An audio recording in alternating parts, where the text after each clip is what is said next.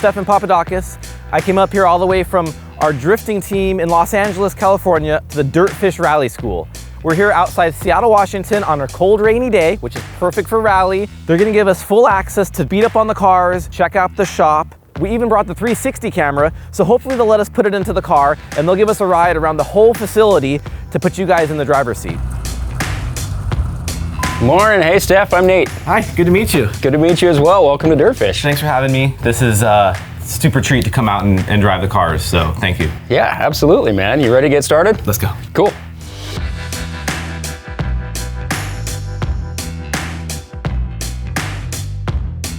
So we have a professional drift team, and hopefully we can learn some stuff today that I can bring back to the team, the driving, even a bunch of the car setup.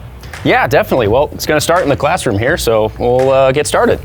So this is our classroom. This is where we start. This is where we get the basics across to students who are both familiar and unfamiliar with driving in this. We basically get things started on a level playing field. So my background is with originally drag racing. I've been 215 miles an hour in a drag car. I've raced short course off-road truck, but never any rally, and definitely not in any four-wheel drive.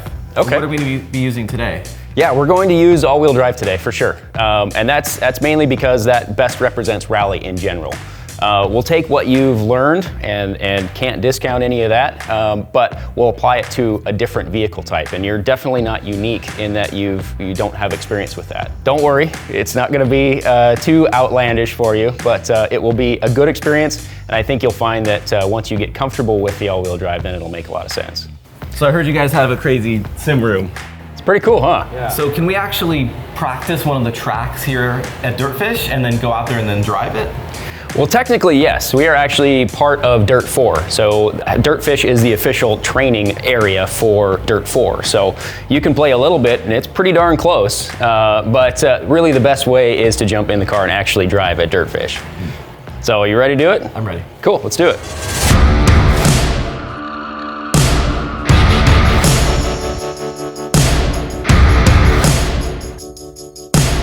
All right, welcome. We're down, this is our car. This is our Subaru STI. Have an all-wheel drive car like we talked about. In terms of prep, we didn't have to do a whole lot to get it going. Put a roll cage in it. We changed our brakes, our wheels and tires, that sort of stuff, but otherwise it's basically a stock car. Yeah.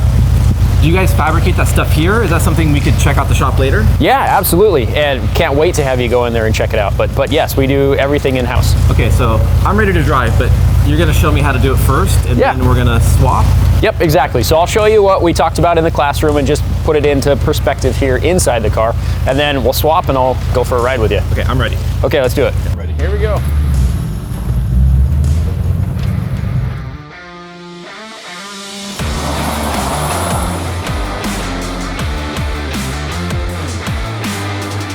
That loose surface feels a little funky. There's different grip levels all the way through this circle. If you give it throttle, you'll see the car wants to go straight. You get off the throttle and the car wants to turn at that point. There's actually some pretty good grip out here today. We give it a bit more gas, quick lift off, and that gives us our rotation. So again, not looking for necessarily a drift, but looking for that release of the throttle to get the car to rotate around. I can see now what you're talking about, like wait and then let it rotate, get where you want. Exactly, that patience on there, yeah. All right, let's get you over on this side. Let's go give it a shot.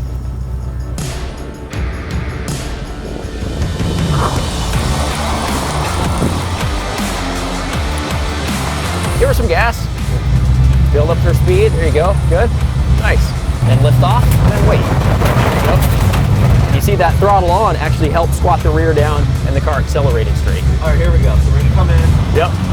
So lift off, turn in, brake. There you go, good. Yep, gas here. There you are, good, yep, good. And a lift, good. Yep, then gas, perfect, yep. So what is the next step? So the next step is going to be the slalom. Now we'll have specific points where we're starting and stopping. All right, yep. Stay out a little bit wide, lift off, turn in. There you go, good. Make sure to get the wheel straight before going to gas. There you go, yep. But you see how snapping it straight stops the slide and then you're able to accelerate. If you don't, the car continues sliding and then you have a big long arc versus that short zigzag. Yep, yep, exactly. Okay, yeah. Here we go. Yeah, go for it. There you go, left foot place there, perfect. Turning now, braking, good, yep, good. Turn to here, brake. Yep. go. Yep, good. So it turned in too early again, I think. Yep, so think about, instead of setting up a big Formula Drift angle into the corner, think about squaring it off. I'm expecting it to carry more drift than it's doing. And it's got more grip than I'm realizing. Yes, exactly. That's the biggest thing. Again, we have a fresh set of tires on, so it's gripping as good as it can. And I'm used to so much counter steer, but right. You can understeer the counter steer and it still doesn't come around. And that's a huge thing is going from a rear wheel drive car on a loose surface, which takes a hell of a lot of wheel, or you're done, you know, to this, which takes very small inputs.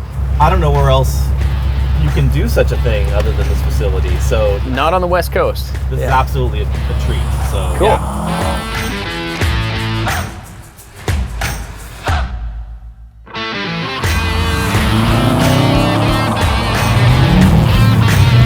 Wide here, yep, good. Now we're gonna make a left here, so look through to that left. There you go, good. Yep, good. Yep. There you go, braking, yep. Stay on brake, good. Yep, stay turn. There you go, good. Turn in, there you go. Yep, good, stay turn, look through. There you go, gas. There it is, good. You're much better off braking earlier and lighter than later and harder. And the reason is you don't know exactly what that grip's going to be like. So you can always accelerate a little bit more if you've overslowed.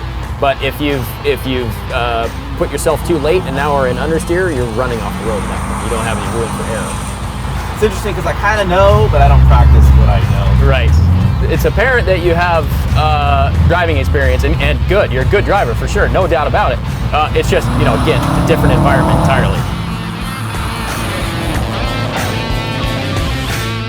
So now we're back here at the shop at Dirtfish, and we've got the shop manager, Tony. Can you tell us about what do you guys prep here? Yeah, so we have our day-to-day school cars. We have a GRC lights car. We have our stage rally cars. We've got about 60 race cars here that we take care of on a daily basis. Can we look at one of the cars and Yeah, point come on some over. stuff out? It's a STI, just like what you drove today. All the bumpers get attached with fasteners. We add big mud flaps, otherwise the gravel will just rash away the side of the car. So like this car, see how this one's getting all rashed out and rusty here? Like it's through the paint, it's through the undercoating, and it's straight up. So when your steel. wheels are turned in and you're pitching into a corner, those front wheels are actually throwing gravel right here. Within a year, we could have a hole there. The wheels are smaller than the stock ones. So gravel tires only come in 15-inch, so we have to downsize. We have to take the factory Brembo brakes off, put on the a smaller Subaru brake to run the gravel tires. How many days or hours or whatever does the tire last for? So about 15 to 18 classes on average. That kind of seems like a lot then. Depending on the driver that's in the car. So you have some tires here. What makes this different than road tire? Right. On a road tire, you're gonna get a rounded edge surface here for like smooth turning. Rally tires are gonna have a square block here. And that provides good grip when you're in a slide going sideways. I guess inside near the brakes you have like a scraper that scrapes the mud So let me show you a wheel here. So inside here, it gets really worn down. You can feel all the grooves. So basically what will happen is a rock will get stuck between the wheel and the brake caliper, and it will actually grind all the way through the wheel. Oh, it'll make a hole in the wheel. Yeah, that's a huge common problem with rally cars. So we invent a wheel scraper, which bolts on to the knuckle and then basically scraped all the sand off the wheel before the sand gets to the brake caliper.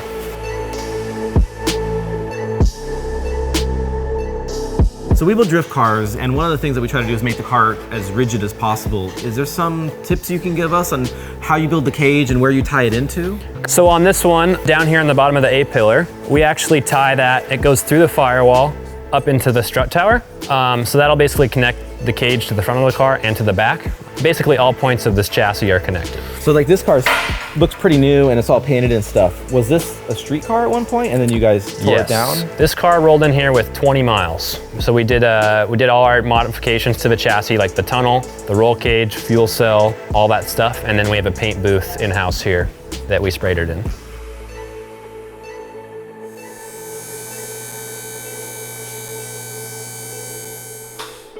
So you talked a lot about protection underneath, like from rocks and everything.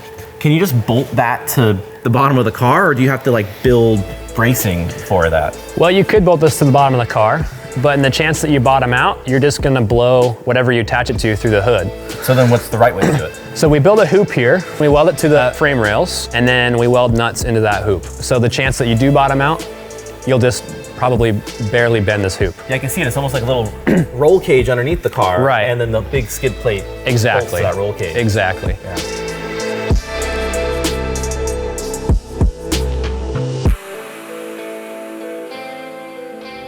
Thank you very much for letting me beat up on your cars. I learned a ton. The place is amazing. Awesome. Thanks so much for coming out. We really appreciate having someone with your level of background and experience come out and see that rally is cool and something totally different. If you want to see where Nate gave me a 3-minute run around the whole mill course, like this whole facility, click here. It's a 360 video. Watch the whole thing.